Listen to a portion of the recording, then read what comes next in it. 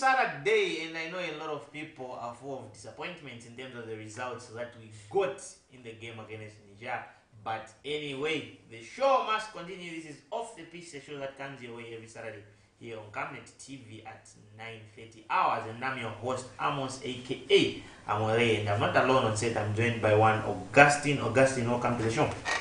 Thank you very much, Amos. It's always a pleasure to be here. We turn all the glory and honor to the Most High God. It's been an eventful week. We lost to Niger very, very badly, and we saw what happened in the Maracana when Brazil faced Argentina. That's very much unacceptable in terms of football. I think at the end of the day, it's just a game of football. I think the lives of humans matter the most. I think it was shameful, the actions, what was taking place in at the Maracana, which took the game to be stopped for a couple of minutes. I think that's unacceptable, and we look forward to having a great show. I've been a little bit under the weather, recovering, but I think it's good that I'm back on the set. Augustine, I think before we even take a look at some of the things, I know a lot of people and a lot of our viewers who are just joining us right now. You can as well watch us on our Facebook page, that's Camnet TV. We are live, and a lot of our viewers, Augustine, are expecting us to start it on a high note where we'll look at the game that was played. But let's just take a quick, okay, for now we'll just take a very short break as we get back and get joined by one of our guests for the day.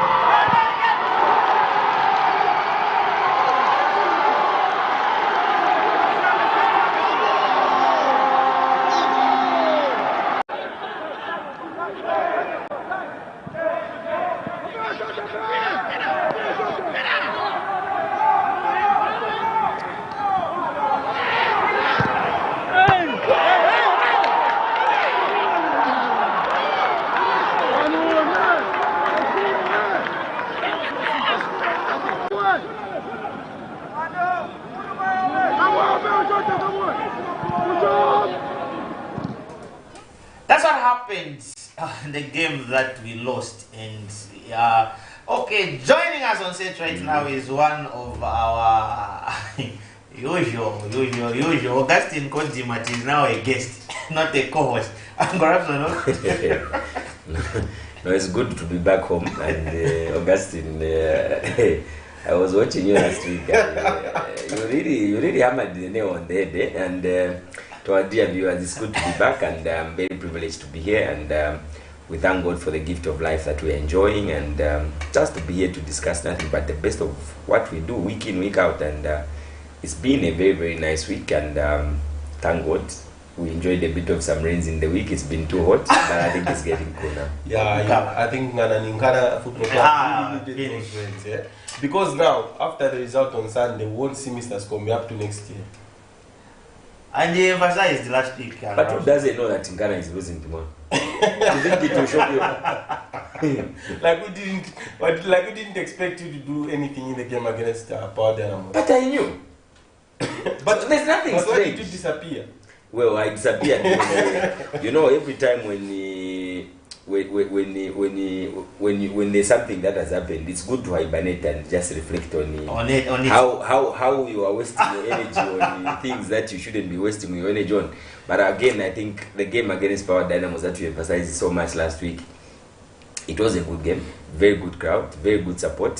The stadium was full to capacity, and I think it was very, very nice. The better team won on the day, and we can't take anything away. And less quality on the other. Well, whatever you want to say, I can't justify whatever happened, because the game ended 2-0. So whichever way you want to use it, you still stand. And it's very disappointing that you concede from set pieces. Well, 2 goals from set pieces, similar position. Well, we conceded better goals than what the Zambia national soccer team did concede. Before we get into that, Augustine, just a quick one, or maybe I'll start with you, and perhaps, and let's not forget the Copper Queens will be playing their first game, and that will be the first leg. That's on the 29th of November. And camp has been of high spirit, and Dangote is expected to be back within days or maybe a month from now. Well, I think Bruce Mwape is doing his homework. I think in the course of the week, if my memory serves me right, he drafted in 3 extra players just to beef up the squad, and you can clearly tell that he's picking players on merit of late. And there's been quite some hype in the Super League for women. We've seen a couple of teams. I think I watched ZISD, and I think even the quality of the league itself for the ladies, I think it has really improved. And come the 29th of November, we should be able to flock. I think they will be using Koloma Stadium, and it should be something that will be full to capacity. I think that game will be happening in the course of the week, if I'm not mistaken. And clearly, we hope that every Zambian will turn up to go and support the girls. And the inclusion of 4 goalkeepers to compete in that sport, I think, gives me a breath of life, because that is what is required. Let people go and fight for positions, unlike what is happening in the men's team, where you know that you are a left back, you don't know what you are doing, but you continue playing. So I think that for the ladies, I think there's a very big progress that Bruce is actually bringing in the team. Every position has a minimum of 2 competitors looking to dislodge. The exclusion of Ziomera Mapepa in this squad of late, I think I had a conversation in that space during the course of the week, where she was promising to say she has to bring up her game back to where it used to be, so that she can break into the national women's team again. You know, the exclusion of her from the team really talks a lot about how players are being chosen on merit nowadays. Competition has become so high, and looking at the women's league, it's becoming competitive. But Augustine, looking at the names that were called, and Angorapson has made it clear to say it's out of merit.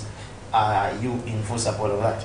Yeah, I think just picking up from where Mr. Skombe left off, the game was scheduled to be played here in Lusaka, but it has been moved to Ndola to be played at the Levi Mwanawasa Stadium. I do not know the reasons why it has been moved that side, but I think it gives these girls a very, very good platform to play at a very, very iconic modern stadium, which is at Levi Mwanawasa. I think the first trip will be away in Angola, which is going to be very, very tight.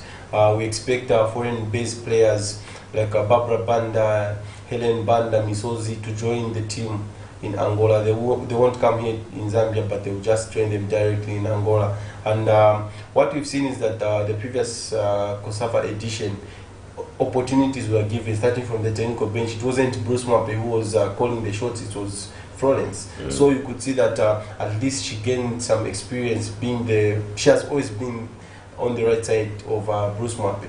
And you could see that we had Pauline Zulu, who was one of our best performers at that tournament, at the heart of defense. Now, going into this crucial qualifier, it seems like it's going to be Pauline Zulu who is going to partner Lushomo Mwemba with the absence of Agnes Musesa. So it gives us a lot of opportunities to look at different players. We are going to see a couple of Red Arrows players missing from the team because they are on national assignment. Otumba Oseke, Mary Wilombe, they won't be part of the team. They are undergoing military training, so they are not going to be part of this team. So, but it gives us an opportunity to try and look at other players. We do not have Simona Mapepa, but there are young players like Judith Kawe who did very well at the COSAFA, who are going to be given opportunity now to take the team forward. GPFC has produced a lot of young players. I think Esther Banda is one of them, who was captain of Busa a couple of years ago. Now she's playing for GPFC. She has grown into a player who will be very dependable in the coming years for the national team, and we just hope that we get the result away in Angola and come and finish it off here in Ndola. Should we underrate Angola or Angola? Well, football has changed. It has evolved. I keep giving these examples. Look at the mishap which happened to Nigeria. So the issue of underrating teams, I think you do it at your own peril, because you are going to do that, get into that team. All you are going to be thinking about is we were once at the World Cup. If you are going to carry that in your head and you go and face a team, you're as good as dead, because those guys are prepared. They are also thinking this team went to the World Cup, this team has been exposed at international level. So probably even their preparations have been at a very high level, just to make sure that competition is not easy for Zambia when they get into that game. So it will be a very, very difficult game. And I think for me, really, the players have to play their games as if that is the only game of their life. One game at a time, total concentration, get the result, put the result behind you, focus on the next game, start the battle as if you've never played soccer before. That would be the best way of attacking the Angolans. Yeah, and that's a good point by Mr. Skombe. Football is no longer won on paper this time around. He gave a good example of Nigeria. I think they struggled against Comoros. Even Zimbabwe. Lesotho, and then against Zimbabwe from home. It was a possible 6 points. On paper, it looked like Nigeria are going to pick 6 points from these two teams. Looking at the players, they have Tao Aoni, Kalechi Iheanacho, Victor Osimhen. They have got a lot of talent, but they only managed to pick points, two points out of 6. Similar situation to Ghana.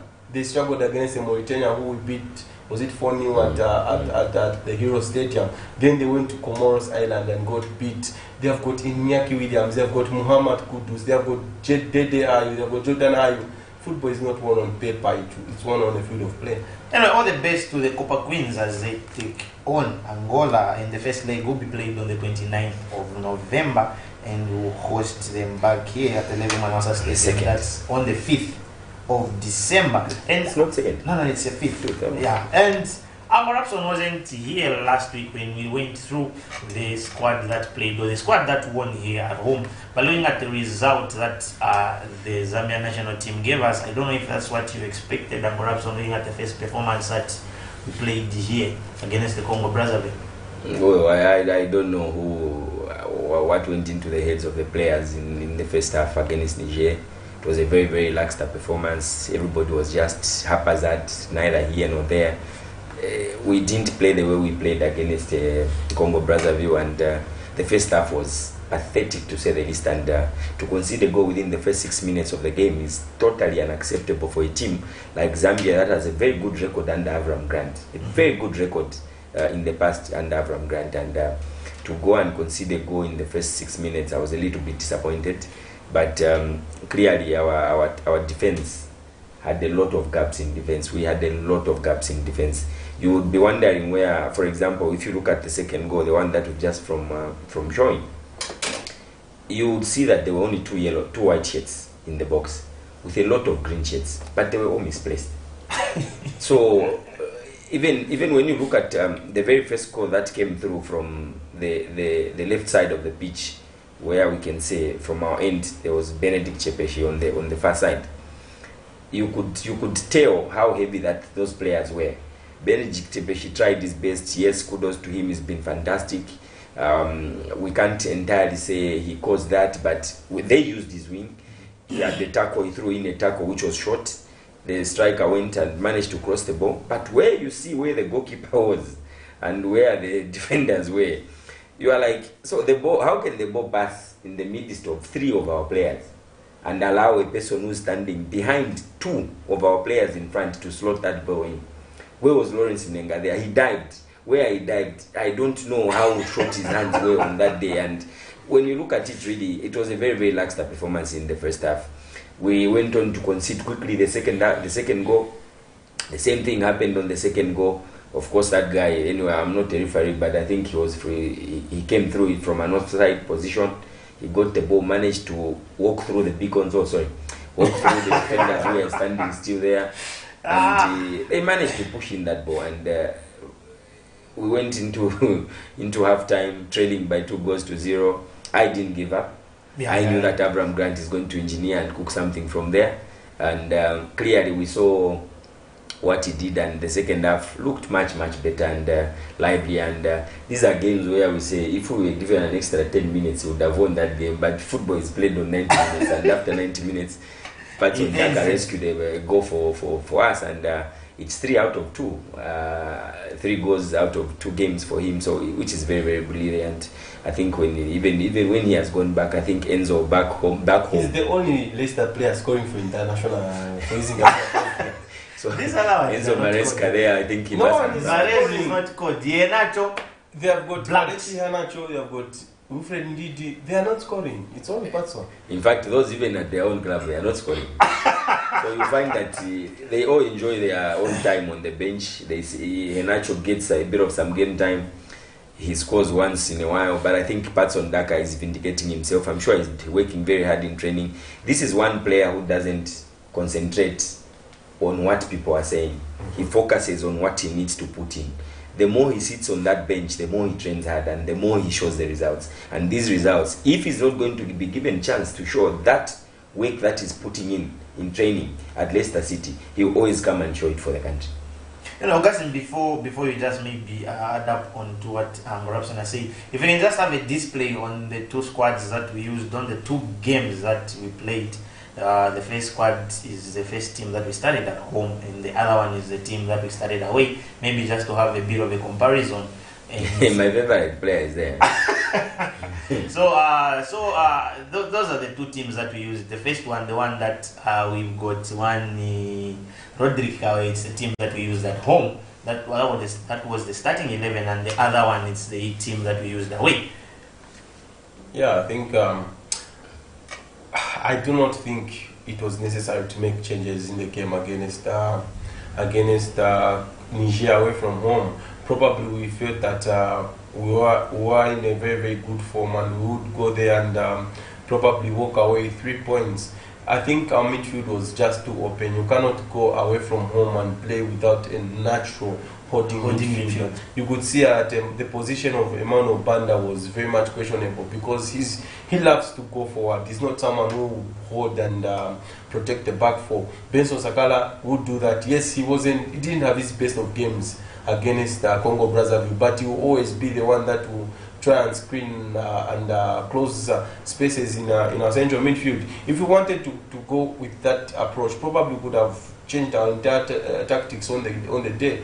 probably have 3 centre backs and 2 wing backs, because our biggest problem in the game against Congo Brazzaville was our left side of defense was the one which was being exploited. If we could have doubled up in that area, probably could have been a different scenario. I think Avram Grant, what he's been doing to Patson Daka, with what Patson Daka has done for this country, how he's being treated at Leicester City, and he doesn't want Patson Daka to feel unloved here, even back home.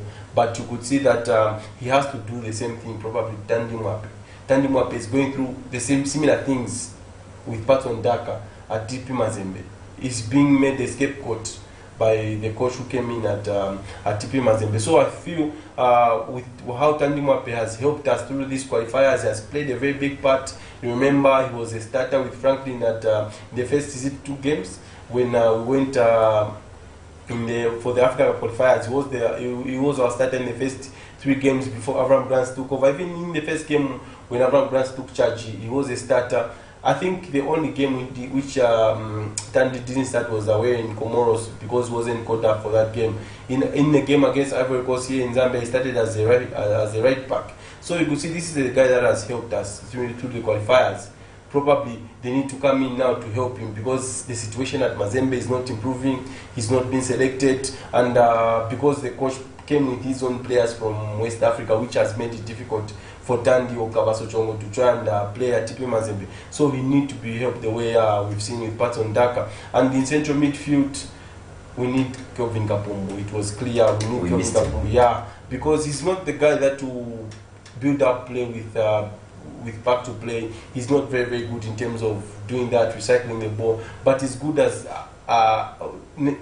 noticing where the danger is. He works very, very hard in central midfield to win the ball back, and he covers the defenders much better. You could see that in the games that we played under Kapumbu, we didn't concede a lot of goals. Basically, we didn't concede any. Against Ivory Coast, it was 3 goals. You know that game against Niger, the way our defense was disorganized, I actually thought of Pokaten. You would have done a better someone job. Who is going to wait for the defenders, because they were very much exposed in the game against Niger. Emmanuel Banda is a very, very good footballer, but he's not going to sit back and do the donkey work. It's not his style. He wants to pick the ball, drive up high up the field and create play. And you could see that our midfield was easily swallowed, like it was in the previous game. I didn't know that what we wanted to do with Cletus Chama and Clint Kangwa.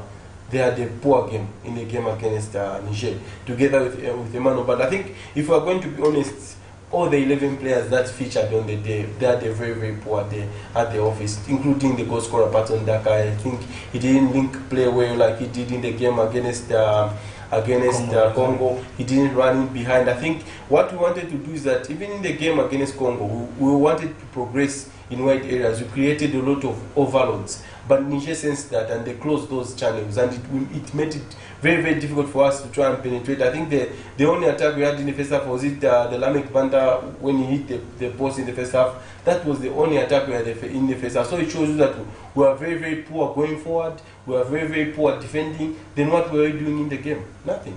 Well, on your initial statement, Augustine, where you said we didn't need to make those wholesale changes, you should have said with an exception of the goalkeeper, please. that was a very, very important statement. We could have let all the infield players stay, but not for the goalkeeper. He was very, very careless, to say the least, in the first game.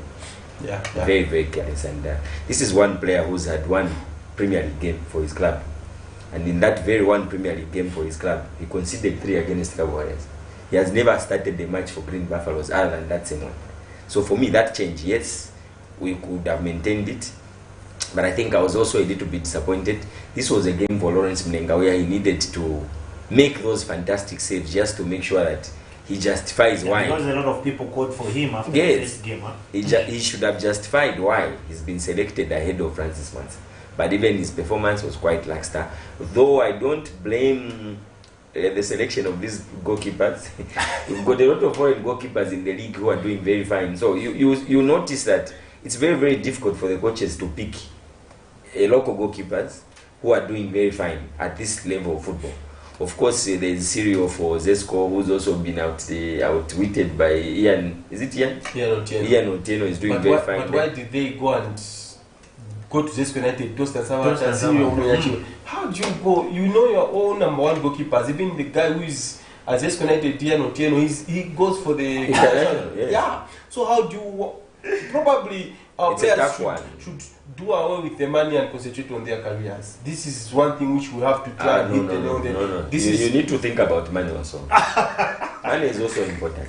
But if Person Daga was solely thinking about why money, do you think people are going to Saudi Arabia? If Person Daga was let me give you an example. If Person Daga was only thinking about money, he would have still be in Zambia right now, because he wouldn't have made those big moves to try and help his career, like the move he made to Changa Rangers. Patson Daga could have gone to Zesco United from Cafe Celtic, but he chose Changa Rangers because he knew that he has got the game time and to develop as a footballer, and it helped him to go to Power Dynamos and become the player he became. So if we want to fully focus on the money right now, it's going to be very, very difficult. A good example was Adrian Chama. He went to Zesco United for the money. Where is he right now? He has made enough.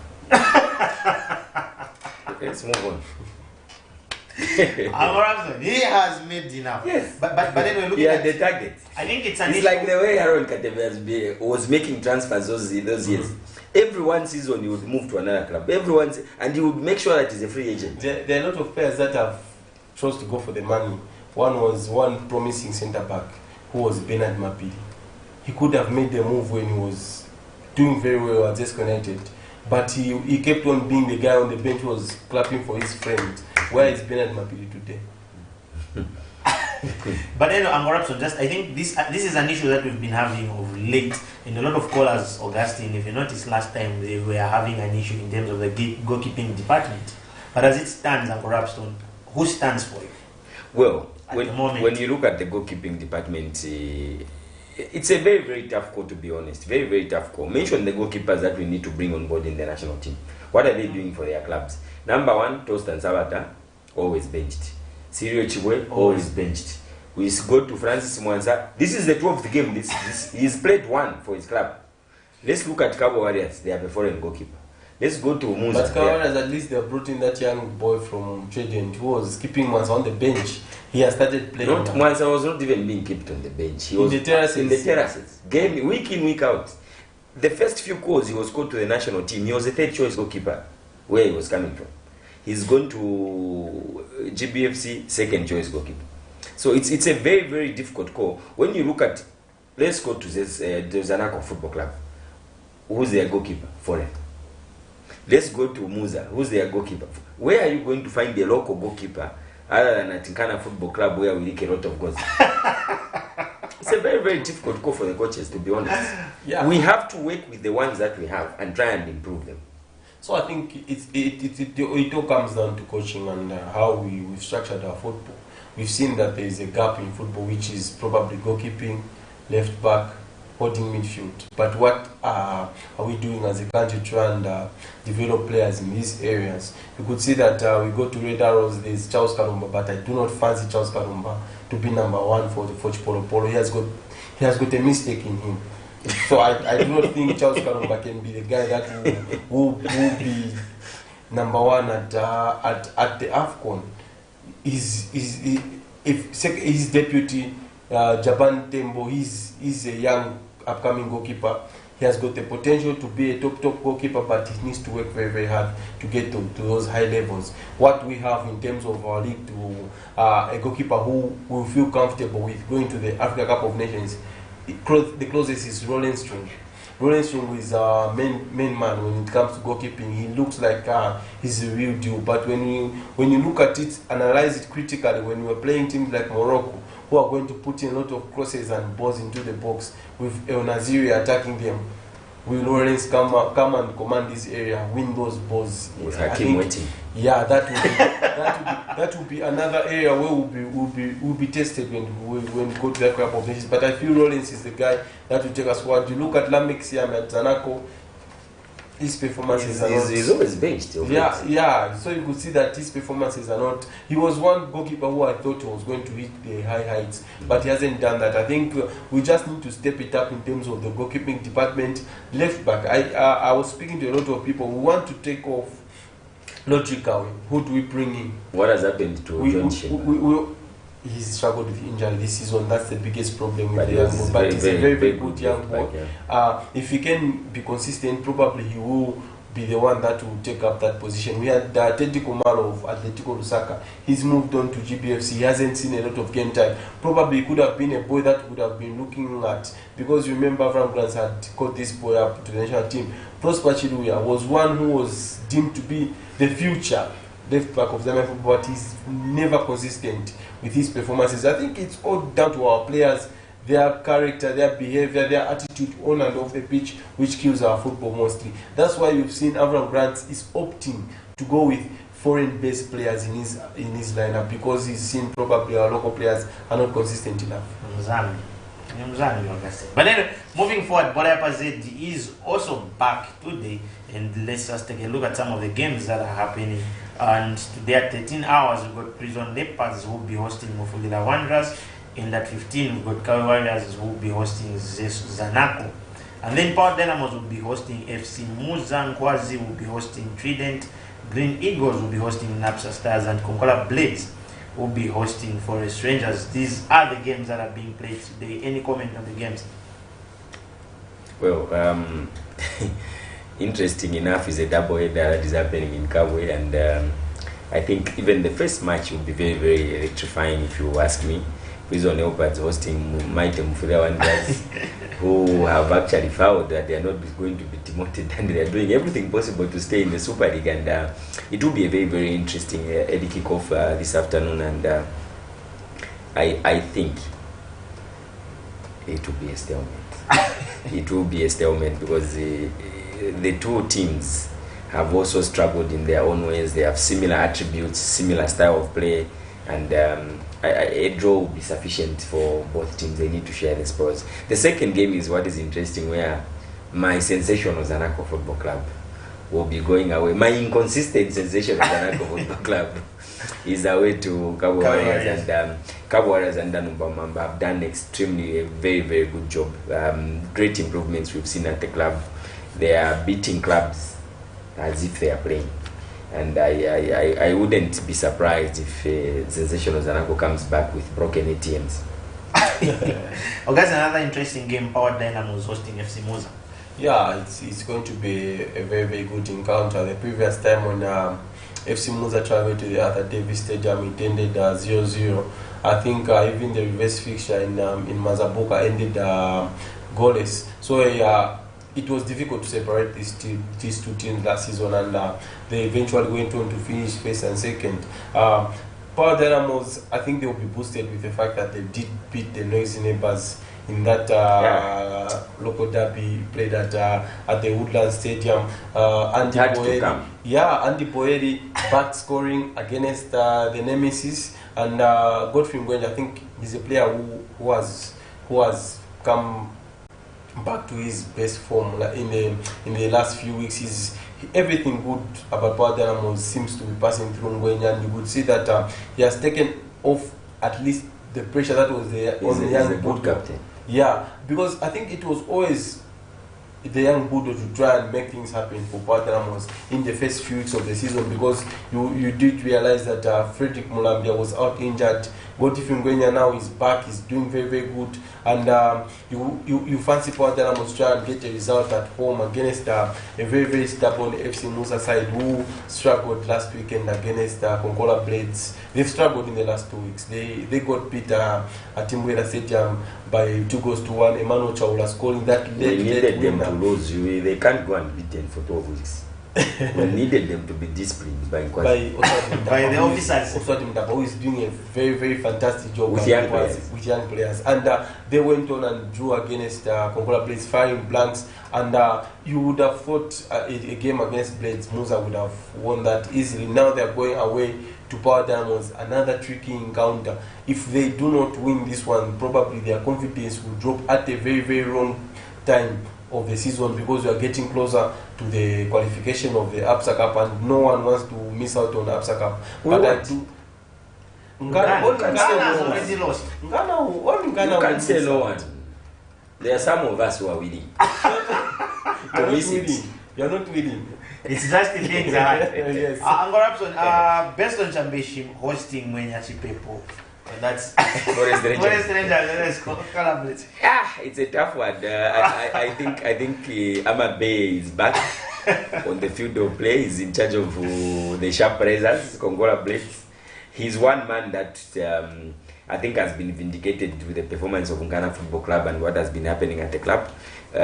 He was relieved of his duties after 3 losses, and he went on to hibernate at Kongola Blades after seeing Ian Bakala taking over Ghana Football Club, and the results are not changing. I think they saw some value in Beston Championship and decided to give him a go, and it will be interesting to see how Mwenyati Pepe also starts his journey at Forest Rangers. He's a very, very good coach. He had a few hiccups at Power Dynamos administratively, and they had to part company. And again, these jobs we just exchange. This one lives here, you go there, and the next person that will be given the job that you are noticing will be no one but Chris Kaunda. He should be finding a team anytime soon. He had a very nice job at Prison Leopards, where he stayed there, I think for I don't know, it was 10 days. But for Forest Rangers, really, it's a very, very good and tactical change on the bench. And what I've loved the most is the freedom of giving the new coach to come with his own first assistant. And I think Kashuwondo has been relieved of his duties completely. He's not going to be part of the setup, which may happen in 2 ways. Players may accept or may revolt, depending on how you psych them.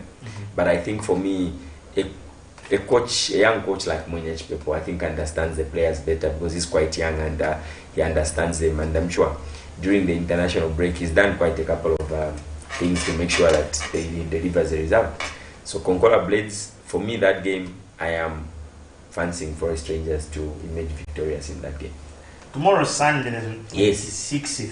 Yes. We've got Kansanshi Dynamos will be hosting Red Arrows. That's at 14 hours, and at 15 hours we've got Tesco United hosting Nkana, and then Green Buffaloes hosting Mutondo Stars. Your comment, Augustine, on these games? Yeah, I think I'll start with the Green Buffaloes versus Mutondo.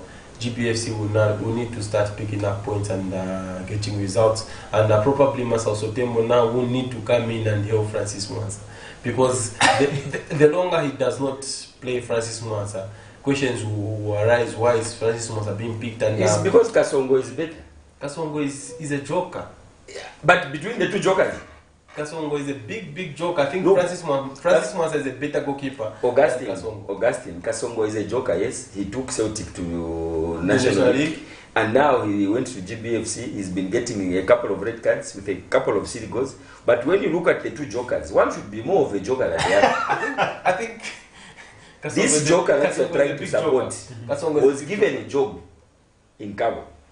He conceded 3.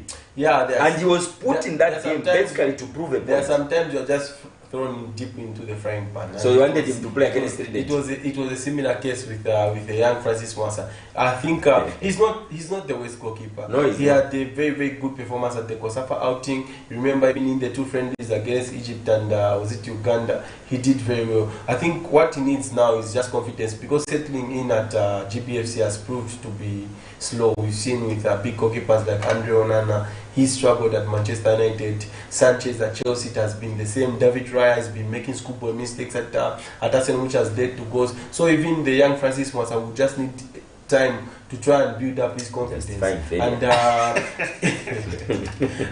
the man is justified. So you are playing against a very good young Mutondo side.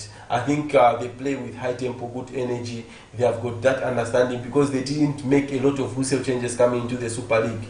Titus Chance, their leading scorer from last season, very, very dangerous on set plays. They need to be wary of that. GPFC. They've got Nicholas Musonda in central midfield, did the text play for this young Mutondo side, and they have got one of the most exciting young wingers in the Zambia League in Osmond Chita. He will cause GPFC a lot of problems, but I do fancy GPFC winning this one. And Red Arrows against Kansanshi, it's always difficult for Red Arrows when they play Kansanshi away from home. I think the best result that they had, all playing away from home. You remember Red Arrows when they were cruising to the league title. They went to Kansansha and won by 5 goals to 0. So can they replicate that? Because this is a neutral venue. I think that's one thing which I failed to mention in the game against Zambia and Niger.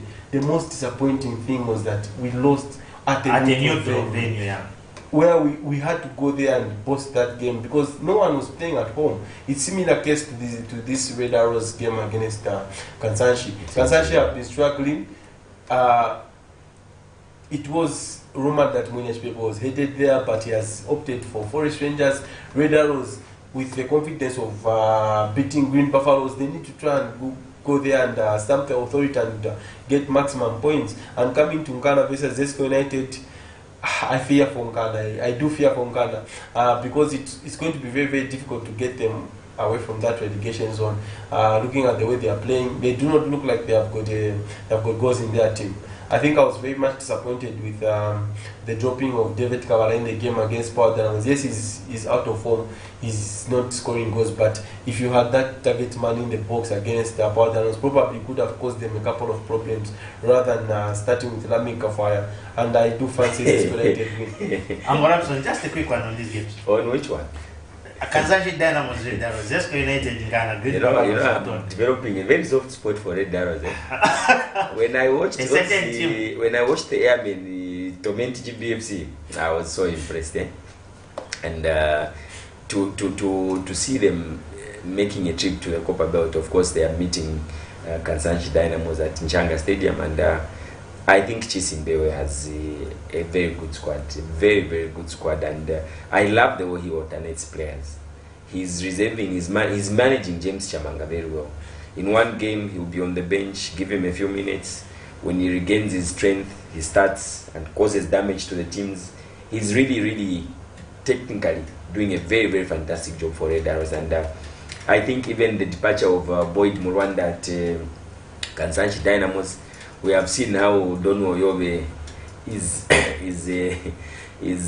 I think he got one result right, and he would want to build up from there and just see what happens. And when I watched Kansashi Dynamos at Sunset Stadium, they were not very bad side, really, if you ask me. They did a very, very good job, a decent job, and it's a tough game. But I think Red Arrows will make victorious because of the depth and the experience that they have in the squad.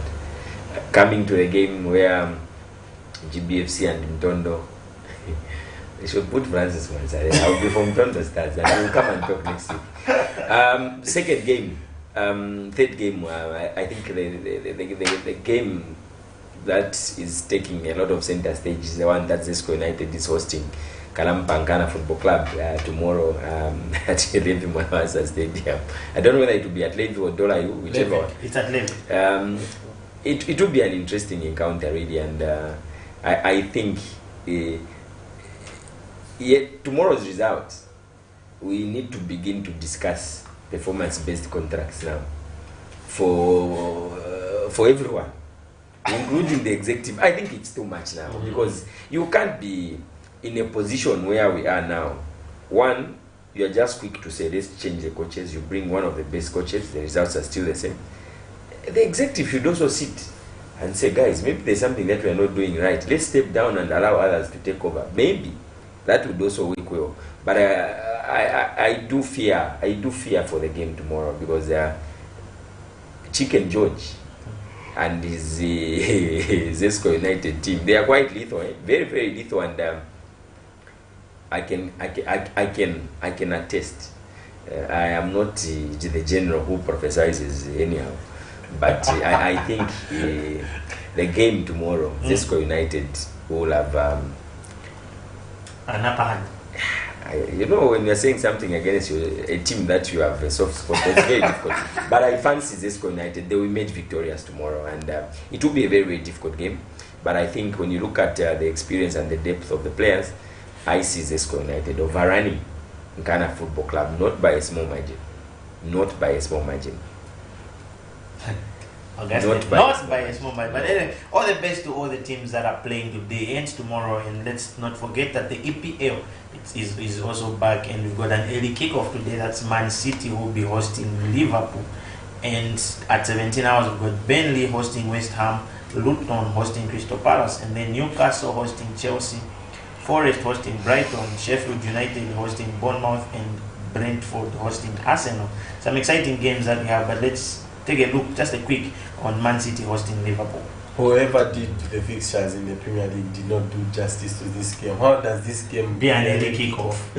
I think going into this weekend's fixtures is, I think one thing we need to learn from probably the Premier League is that at this stage of the league, no coach has been sacked in the Premier League. Last year, it was 6 coaches that were sacked by this stage. So they've learned a lesson.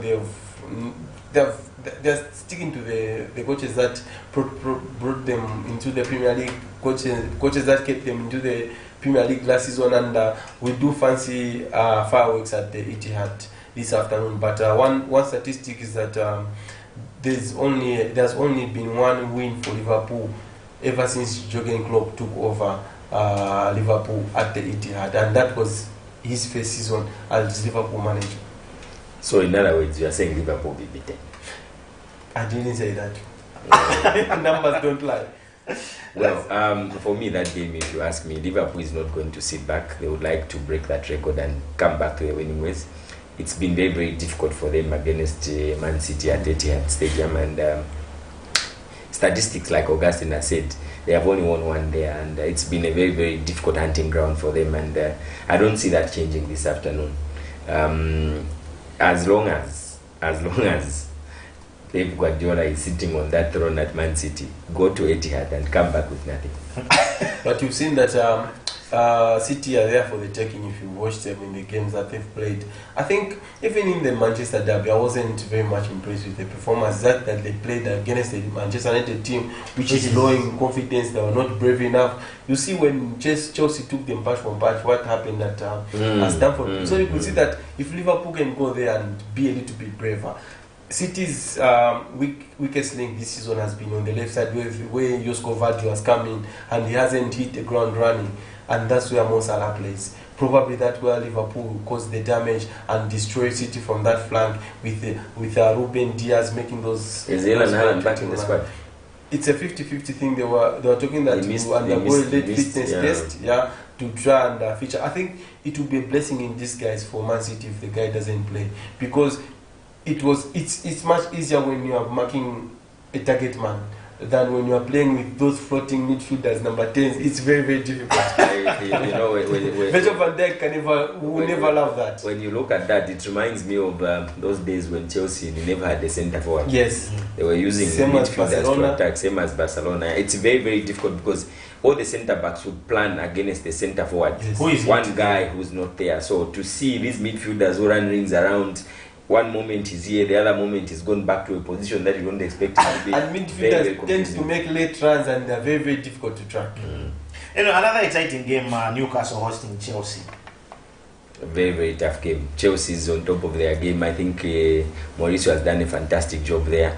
But we can't take anything away from Newcastle. They've been very, very consistent as well. And it will be very, very electrifying to watch that particular encounter. And I think it's at the right time. I think after we visit Nkwazi Football Club playing against Trident, we should be able to find that game on and just try and catch up. I see a very, very, very low scoring game in that particular encounter, because it will be a tough one. It will be a tough one, very, very tough one. I would go for a scoring draw.